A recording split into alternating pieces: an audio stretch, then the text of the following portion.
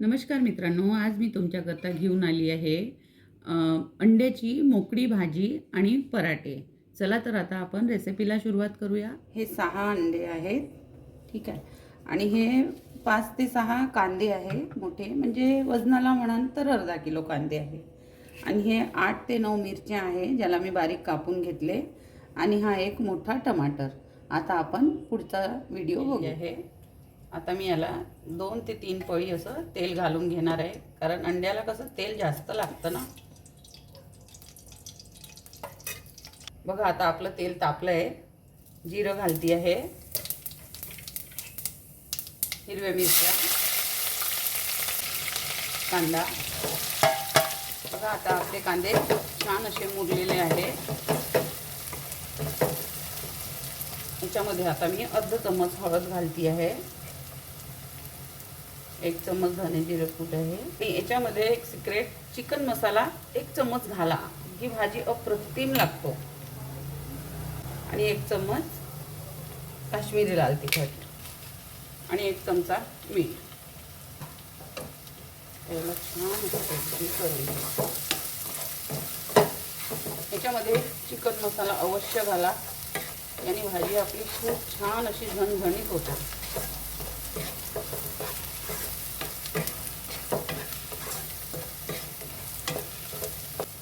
आता याच्यामध्ये मी टमाटर घालते आहे।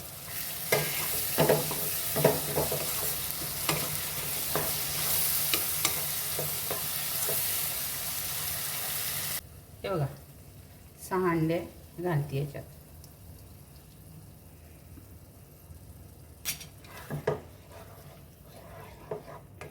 छान याला असं एकजीव करून घ्यायचं। हा हिरवा पालकांदा आहे, हा घालते आहे मी याच्यामध्ये। अंडे घातल्यावरच पालकांदा घाला, याची चव छान येते।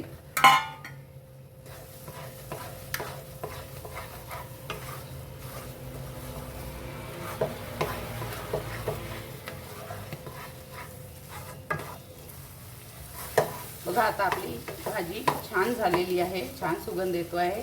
आता याच्यामध्ये छान अशी कोथिंबीर घालायची। कोथिंबीर आणि हिरवा पालकांदा घातला ना, या भाजीला एक वेगळीच चव येतो, आणि पराठ्यासोबत तर खूपच मस्त लागते ही भाजी। गरम गरम पराठे आणि अंड्याची भाजी, मोकळ्या अंड्याची भाजी खूप मस्त।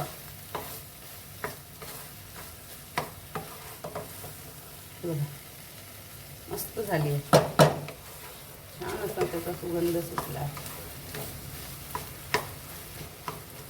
कोणाकोणाला आवडती ही भाजी मला नक्की सांगा कमेंट करून।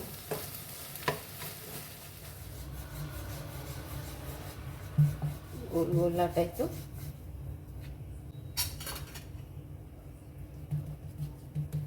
तेल परत असं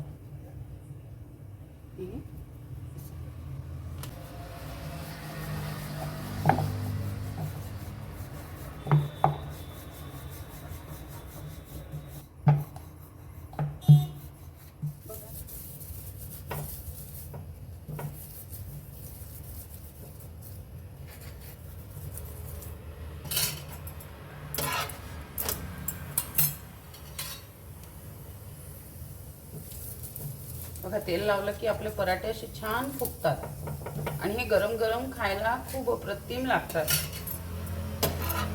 अंड्याची मोकळी चटणी कांदे घालून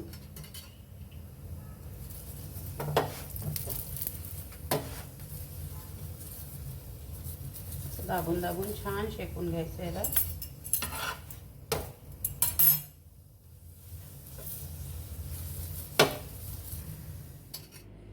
तर अशी होती आजची आपली अंडे आणि पराठ्याची रेसिपी। तुम्हाला नक्की आवडेल, या पद्धतीने नक्की बनवा तुम्ही, आणि मला कमेंट करून सांगा की कशी वाटली माझी ही पद्धत बनवण्याची।